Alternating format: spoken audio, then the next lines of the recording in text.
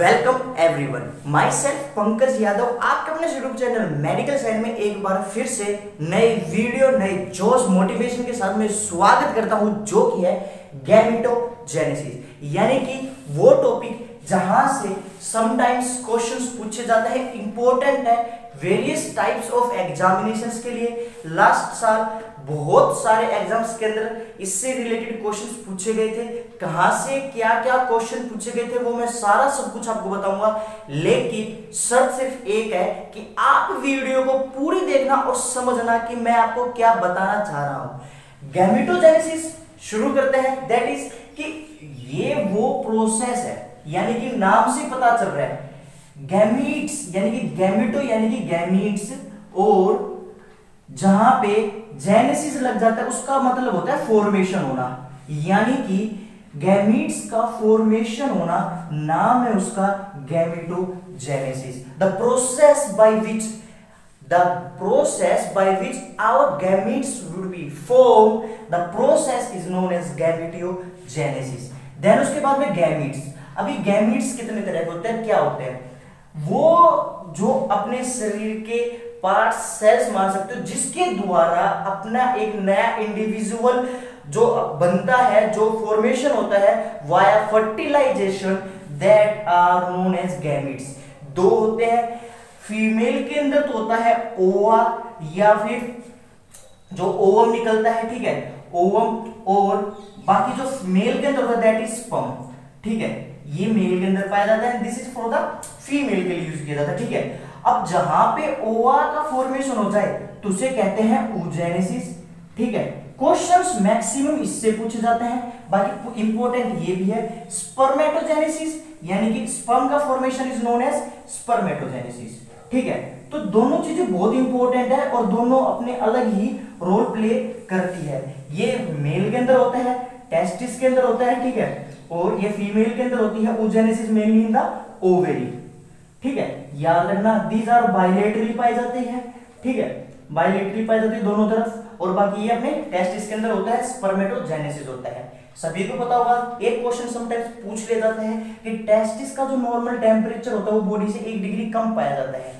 जो अपना 37 degree Celsius temperature होता है नॉर्मल, या फिर 98.6 degree Fahrenheit is like our normal temperature.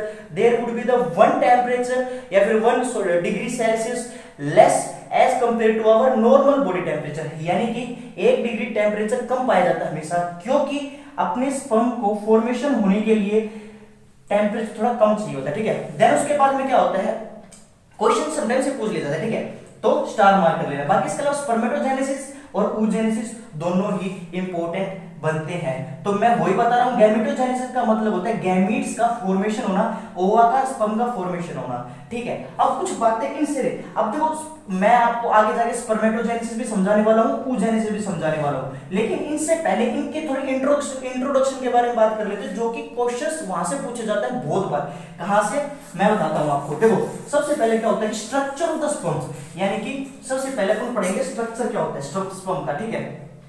तो सबसे पहले क्या पढ़ेंगे, स्ट्रक्चर के अंदर क्या होता है कि ये अपन नॉर्मली मान के चलते हैं कि ये एक स्पर्म है, ठीक है, this is a like a sperm. इसका जो नॉर्मल साइज होता है दैट इज 56 माइक्रोन, यानी कि 56 माइक्रोन का इसका साइज होता है। पार्ट्स की बताऊं तो दिस इज हेड पार्ट होता है, ठीक है, हेड पार्ट होता है। हेड के अंदर हमेशा न्यूक्लियस होता है, ठीक है, न्यूक्लियस होता है। बाकी इसके अलावा this is our neck part होता है, नेक गर्दन का, ठीक है, नेक पार्ट होता है। इसके अंदर हमेशा माइटोकॉन्ड्रिया होती है। माइटोकॉन्ड्रिया सभी को पता होगा power house of a cell होता है, एनर्जी प्रोवाइड करता है to the sperm and also to the cell, और sperm is also in itself is like a खुद सेल है, तो उसको ये एनर्जी प्रोडक्शन करवाता है। देन उसके बाद में ये अपने पास में बॉडी पार्ट आ जाता है। इस बॉडी पार्ट के अंदर क्या पाया जाता है, दैट इज गोल्जी बॉडीज पाई जाती है, ठीक है, गोल्जी बॉडीज का फॉर्मेशन होता है। This is the tail part, ठीक है, and this tail part is mainly responsible for our movement, यानी कि जो अपना टेल पार्ट होता है स्पर्म का, that the main role of that tail part is just for the movement of a sperm, ठीक है। तो this is all about the किसके बारे में, नॉर्मल स्पर्म के बारे में। और बाकी इसके अलावा एक चीज और यहाँ पे पाई जाती है, एक एक्रोसोमल कैप होती है, ठीक है, एक्रोसोमल कैप होती है। एक्रोसोमल कैप किसका फंक्शन प्ले करती है? एक्रोसोमल कैप नॉर्मली आगे जो उसको जो कोरोना रेडिएटा होती है किसकी, ओवम की, उसको फ्यूज करने के लिए, उसको तोड़ने के लिए एक्रोसोमल कैप की जरूरत पड़ती है। और ये क्या रिलीज करते हैं? यहां से तीन जो केमिकल एंजाइम्स रिलीज करते हैं, जो कोरोना रेडिएट होता है ओवम के चारों तरफ, मैं आगे जाके बताने वाला हूं, उसको ये फ्यूज करने के अंदर रेस्पॉन्सिबल होते हैं। एक्रोसोमल कैप जिसके अंदर प्रोएक्रोसिन एंड हाइलुरिडिनेज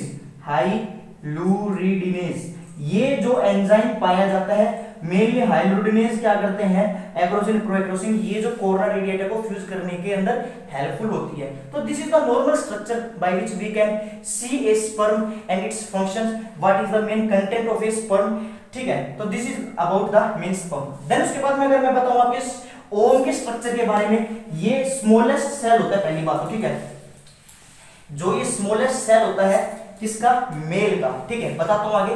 पहले इसका दूसरा स्ट्रक्चर पढ़ लेते हैं, दैट इज किसके बारे में, स्ट्रक्चर ऑफ ए ओवम, यानी कि ओवम का क्या स्ट्रक्चर है।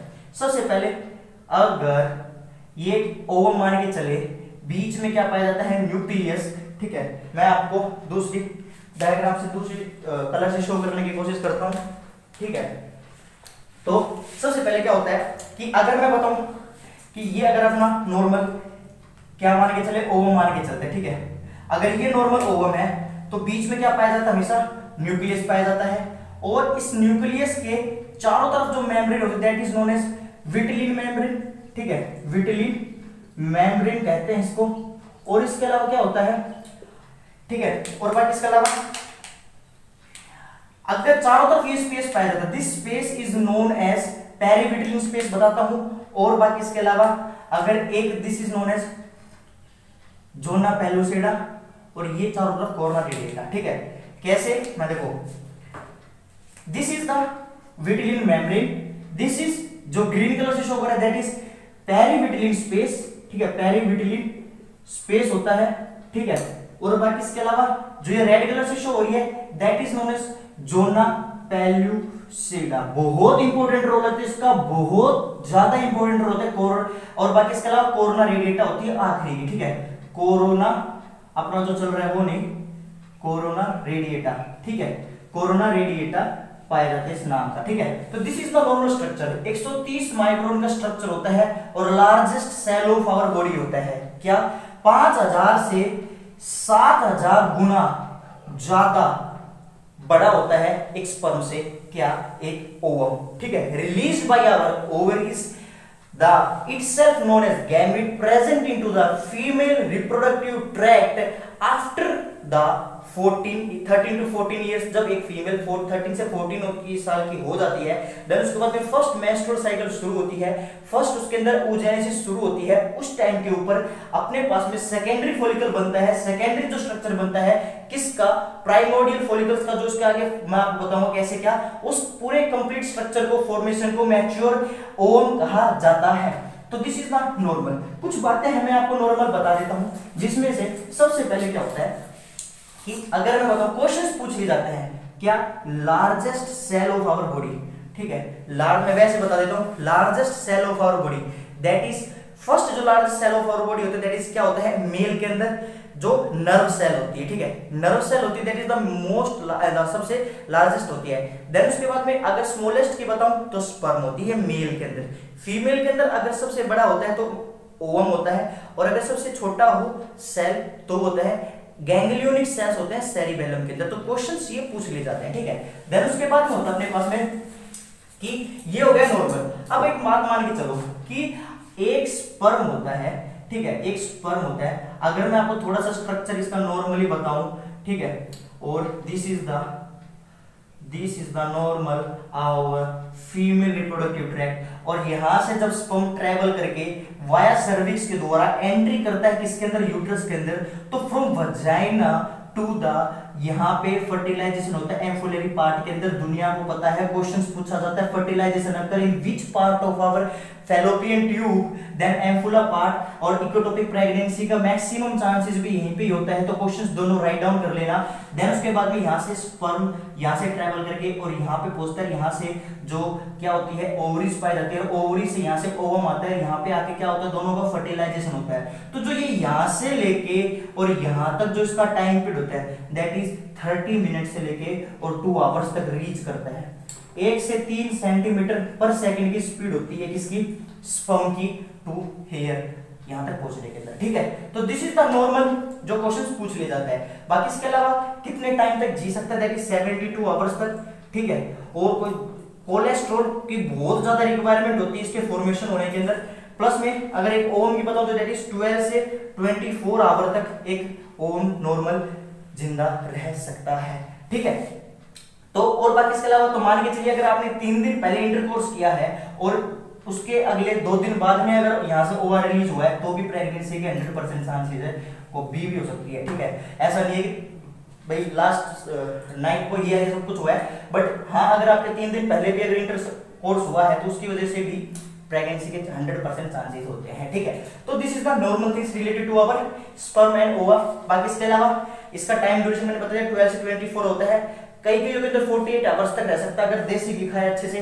कोलेस्ट्रॉल के डिपोजिशन हेल्पफुल होता है बहुत ज्यादा इसके फॉर्मेशन के अंदर, तो उसकी वजह से। बाकी इसके अलावा ये होता है normal introduction about the sperm and the ओवा। और बाकी इसके अलावा 2-3 चीजें और बता देता हूं। सबसे पहले मान के चलिए फर्टिलाइजेशन हो गया, ठीक है, फर्टिलाइजेशन हो गया है, ठीक है, मान के चलिए। तो सबसे पहले एक स्पर्म यहां से और एक ओवा यहां से फ्यूज हुए, फ्यूज होने के बाद में जाइगोट का फॉर्मेशन हुआ, ठीक है। जाइगोट का फॉर्मेशन हुआ 0 आवर्स के ऊपर। ये क्वेश्चंस पूछ लिए जाते हैं, मैं बता रहा हूं आपको। जाइगोट के बाद में 2 सेल स्टेज बनती है, यानी कि 2 सेल स्टेज बनेगी कब सर, 30 आवर के ऊपर, ठीक है। और देन उसके बाद में 4 सेल स्टेज बनती है, 4 सेल स्टेज बनेगी 48 आवर के ऊपर, लिखते जाना। और 8 सेल स्टेज बनती है, ठीक है, 8 सेल स्टेज बनती है किसकी, इसके बाद में that is on 60 hour. Fertilisation के 60 घंटे बाद में क्या बनती है एट 8 सेल स्टेज, और उसके बाद में बनती है 12 सेल स्टेज एट 72 आवर्स, यानी कि 72 घंटे बाद में क्या बनती है 12 सेल स्टेज। क्वेश्चन पूछ लिया जाता है ये 12 सेल स्टेज कब बनती है, 4 सेल स्टेज कब बनती है, और बाकी फिर 12 से 64 सेल स्टेज बनती है, नहीं सॉरी 16 सेल स्टेज बनती है। कितने आवर के ऊपर सर, 96 आवर्स के ऊपर बनती है। चौथे दिन पे इसको मोरुला कहते हैं, ठीक है, मोरुला कहते हैं। और ये जो मोरुला होता है ये क्रॉस करता है यूट्राइन कैविटी के अंदर। ये सारा चीजें चलती है किसके अंदर, फैलोपियन ट्यूब के अंदर, ठीक है। ये फैलोपियन ट्यूब फर्टिलाइजेशन के फैलोपियन ट्यूब तक अगले 96 आवर्स तक वहीं पे रहता है, फर्टिलाइज्ड ओवम और स्पर्म दोनों मिलके। और देन उसके बाद में जब मोरुला बन जाता है, देन उसके बाद में ये यूट्राइन यहाँ से जो मैंने आपको बताया था, ये यहाँ पे अपने पास में क्या वो थी, तो यहाँ से जो ट्रैवल करके वाया यूट्राइन ओस्टियम होता है बहुत छोटा होता है, क्रॉस करेगा और यहाँ पे जाके चला जाएगा। मोरुला हो गया, मोरुला के बाद में यूट्राइन कैविटी के अंदर फ्यूज्ड जो ओएस फर्टिलाइज्ड ओवा है वो आ चुका है। चारों तरफ जो कोरोना रेडिएटर होती है उसको हाइड्रोडेनिस एंजाइम्स वगैरह क्रॉस कर चुके हैं, बट फिर भी चारों तरफ जोना पेलुसिडा प्रेजेंट होती है। और जोना पेलुसिडा का फंक्शन क्या होता है, जोना पेलुसिडा का फंक्शन होता है कि ये प्रिवेंट करवाती है किसको, यहाँ से चिपकने के अंदर। पहले कहने का मतलब है 5th डे पे जाके जोना पेलुसिडा डिसअपीयर होती है, उससे पहले वो 5वें दिन तक इसके साथ में यहीं पे रहेगी, क्योंकि जो ओवम होता है वो अंदर से एकदम चिपचिपा होता है। और अगर बाई चांस यहीं पे कहीं पे भी वो अगर डिपॉजिट हो जाता है तो इक्टोपिक प्रेगनेंसी के चांसेस बढ़ जाएंगे, ठीक है। अब ये क्या है होती है इक्टोपिक प्रेगनेंसी, ये जब इसका टॉपिक आएगा जो मैं आपको कंप्लीट समझाऊंगा। बाकी इसके अलावा यहाँ पे नहीं होगा, यहाँ पे अगर इसका क्या होता है डिपोजिशन होता है that is a normal thing, but यहाँ पे नहीं होती। उसको प्रिवेंट करवाने के लिए क्या जोना पेलुसिडा होता है, तो इसका ये फंक्शन होता है, ठीक है। तो दिस आर द नॉर्मल जो स्ट्रक्चर पाए जाते हैं बिफोर आवर इसके अंदर। देन उसके बाद होता है, मान के चलिए अपने पास में जोना पेलुसिडा हो गया है और 5th डे पे फर्टिलाइजेशन हो चुकी है, ठीक है। 5th डे के ऊपर फर्टिलाइजेशन हो चुकी है तो क्या होगा, फर्टिलाइजेशन के बाद में 16 सेल के बाद में 32 सेल स्टेज बनेगी, ठीक है। और 32 सेल स्टेज के बाद में जो वो स्ट्रक्चर पाया जाता है वो 2 हिस्सों के अंदर बट जाएगा, ठीक है। तो 2 हिस्सों के अंदर बटेगा, दैट इज चारों तरफ जो पाई जाती है membrane, that is known as trophoblast, trophoblast बनेगी, और बाकी जो अंदर की चीज पाई जाती है that is known as inner cell mass. ठीक है, क्या पाई जाती है? Inner cell mass, ICM। ठीक है, ये जो इनर सेल मास होती है, ठीक है, इनर सेल मास, देखो क्या है कि ये टॉपिक को आप समझो, क्वेश्चंस पूछे जाते हैं, नॉर्मल फिजियोलॉजी में आपको बता रहा हूं, और ये बहुत बेसिक कॉन्सेप्ट है। अगर ये चीजें समझ के नहीं चलोगे तो आगे आने वाले बहुत सारी चीजों के अंदर आपको कंफ्यूजन रहेगा। मेरी रिक्वेस्ट है आप पूरी वीडियो को सिस्टम से समझो, और पूरे सिस्टम को समझो कि कैसे ये चीजें हो रही है। ठीक है, देन उसके बाद में इनर सेल मास होता है, ट्रोपोब्लास्ट चेंज होगा सिनसाइटोट्रोपोब्लास्ट और साइटोट्रोपोब्लास्ट के अंदर, लेकिन जो चीज ट्रोपोब्लास्ट से फॉर्मेशन होती है, यानी कि डिलीवरी के बाद में जो चीज फेंक दी जाती है, वो बनती है हमेशा ट्रोपोब्लास्ट। जैसे प्लेसेंटा हो गया, ठीक है, प्लेसेंटा हो गया, अम्बाइलिकल कॉर्ड हो गया, ठीक है, अम्बाइलिकल कॉर्ड हो गया, और बाकी इसके अलावा एमनियोटिक मेम्ब्रेन्स हो गई। ठीक है, एमनियोटिक मेम्ब्रेन्स हो गई, ये तीनों चीजें फेंक दी जाती है, सभी को पता है। प्रेगनेंसी कंप्लीट होने के बाद में ये तीनों चीजें फेंक दी जाती है, और जो बेबी बनता है, बेबी यानी कि जो बच्चा बनता है, that is form by the inner cell mass. ठीक है, ये इनर सेल मास 3 मेम्ब्रेन बनाती है। मैं आपको बहुत डिटेल में बहुत सिस्टम से बता रहा हूं, इनर सेल मास 3 मेम्ब्रेन बनती है। इस ओवम के अंदर ये फिर जो भी उस टाइम पर स्ट्रक्चर होता है, उसके अंदर सबसे पहले जो फॉर्मेशन होती है दैट इज एंडोडर्म। क्या बनती है? एंडोडर्म। देन उसके बाद में थोड़े दिन टाइम के बाद में फिर एक एक्टोडर्म बनती है। यहां से क्या बनती है? एक्टोडर्म, और फिर इन दोनों के बीच में बनती है क्या? मीजोडर्म।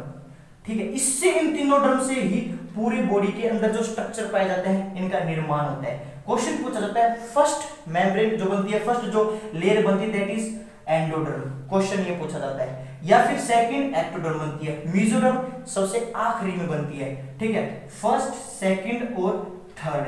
ठीक है, अब सबसे पहले मान के चलिए ये एक्टोडर्म, यानी कि एक्टोडर्म किस किस का फॉर्मेशन करवाती है? एक्टोडर्म मेनली फॉर्मेशन करवाती है सर दिमाग से, चलिए CNS, ठीक है, PNS, ठीक है, और ANS, यानी कि central nervous system, peripheral nervous system और ऑटोनॉमिक नर्वस सिस्टम। ठीक है, देन उसके बाद में पिट्यूटरी ग्लैंड का फॉर्मेशन करवाती है। ठीक है, अब आप इसको कोई भी अपनी ट्रिक से याद रख लेना, बेटर ये रहेगा। क्वेश्चंस बहुत बार पूछते जाते हैं कि पिट्यूटरी ग्लैंड किससे बनता है, CNS किससे बनता है। ठीक है, बाकी इसके अलावा क्या बनता है? आईलैंड्स, आईलैंड्स भी इसी से बनता है। पैरानेजल साइनस, ठीक है, पैरानेजल साइनस होता है वो भी इसी से बनता है। Oral mucosa of the oral cavity, mucosa of the oral cavity ये इसी से बनती है। एपिडर्मिस ऑफ द स्किन, यानी कि जो एपिडर्मिस होती है अपनी स्किन की, वो भी इसी से बनती है। ठीक है, ये चीजें बहुत बार क्वेश्चंस पूछ लिए जाते हैं, इसलिए मैं बता रहा हूं आपको। ठीक है, तो these are the normal things जो इसके अंदर क्वेश्चंस पूछ लिए जाते हैं। ठीक है, pituitary gland, sinus, paranasal, mucosal, nasal cavity, हाँ बस। और बाकी इसके अलावा नेजल कैविटी भी इसी से बनती है। ठीक है, नेजल कैविटी भी इसी से बनती है, और सलेवरी ग्लैंड्स, ठीक है, सलेवरी ग्लैंड्स भी इसी से बनते हैं। सलेवरी ग्लैंड्स 3 तरह के होते हैं, मैक्सिलरी, मैंडिबुलरी और पैरोटिड। पैरोटिड सबसे बड़ा होता है। ठीक है, तो ये सारा सब कुछ बनता है एक्टोडर्म से। और बाकी अगर एंडोडर्म से बताऊं मैं कि जो दूसरी लेयर नंबर पे बनती है, दूसरे नंबर पे बनती है दैट इज क्या होती है? एंडोडर्म होती है, नहीं मीजोडर्म बनती है। पहले मैं मीजोडर्म की बताता हूं आपको। ठीक है, मीजोडर्म से क्या बनेगा? मीजोडर्म से सबसे पहले जो होगा दैट इज क्या? Cardiovascular system. देन उसके बाद में मस्कुलोस्केलेटल सिस्टम, यानी कि मस्कुलोस्केलेटल सिस्टम। ठीक है, बोन, हड्डियां सारी इसी से बनेगी। बाकी इसके अलावा यूट्रस इसी से बनेगा। ठीक है, क्या बनेगा? यूट्रस इसी से बनेगा। बाकी इसके अलावा सुप्रारीनल ग्लैंड्स होते हैं, एड्रिनल ग्लैंड्स, वो भी इसी से बनेंगे, फॉर्मेशन होंगे। और गोनाड्स होते हैं अपने पास में, वो भी किससे बनते हैं? मीजोडर्म से बनते हैं। ठीक है, और बाकी एक्टोडर्म क्या होना? एंडोडर्म से क्या बनता है फॉर्मेशन के अंदर? एंडोडर्म से बनता है दैट इज क्या?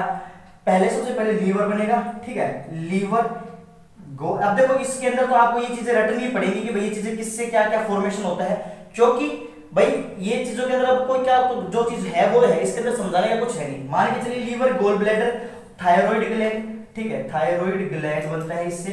और बाकी इसके अलावा mucosa of the respiratory and urinary tract की सारा सब कुछ इसी से बनता है। ठीक है, ट्रैक्ट इसी से फॉर्मेशन होती है और कुछ है तो नहीं, बस गॉलब्लैडर थायराइड म्यूकोसा और फेरिंग्स टू एनएस, ठीक है, फेरिंग्स टू एनएस।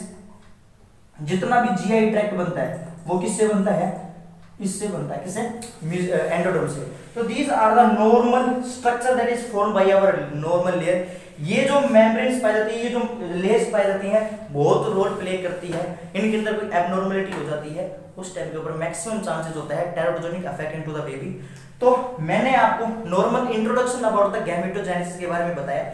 अगली वाली वीडियो के अंदर मैं आपको बताऊंगा कि normal ovular period, fetal period, plus में इसके अलावा जो एम्ब्रियोनिक पीरियड होता है, ये सारा सब कुछ और अपना ओवोजेनेसिस और स्पर्मेटोजेनेसिस शुरू करेंगे। आई होप आपने ये वीडियो यहाँ तक देखी होगी और समझ में आई होगी। अगर ऐसा है तो एक लाइक जरूर करके जाना और चैनल पर नहीं तो सब्सक्राइब करके जाना, क्योंकि चैनल ये आपका हर किसी एग्जाम में आपकी हेल्प हो। बाकी इंस्टा पे फॉलो कर सकते हो, मैं एनक्लेक्स बेस्ड क्वेश्चन डेली डाल रहा हूँ और आगे आने वाली वीडियोस के अंदर और आगे आने वाली जो टाइम के अंदर मैं डाल दूंगा। बाकी मिलते हैं अपनी नेक्स्ट वीडियो के अंदर। टिल देन सभी को नमस्कार।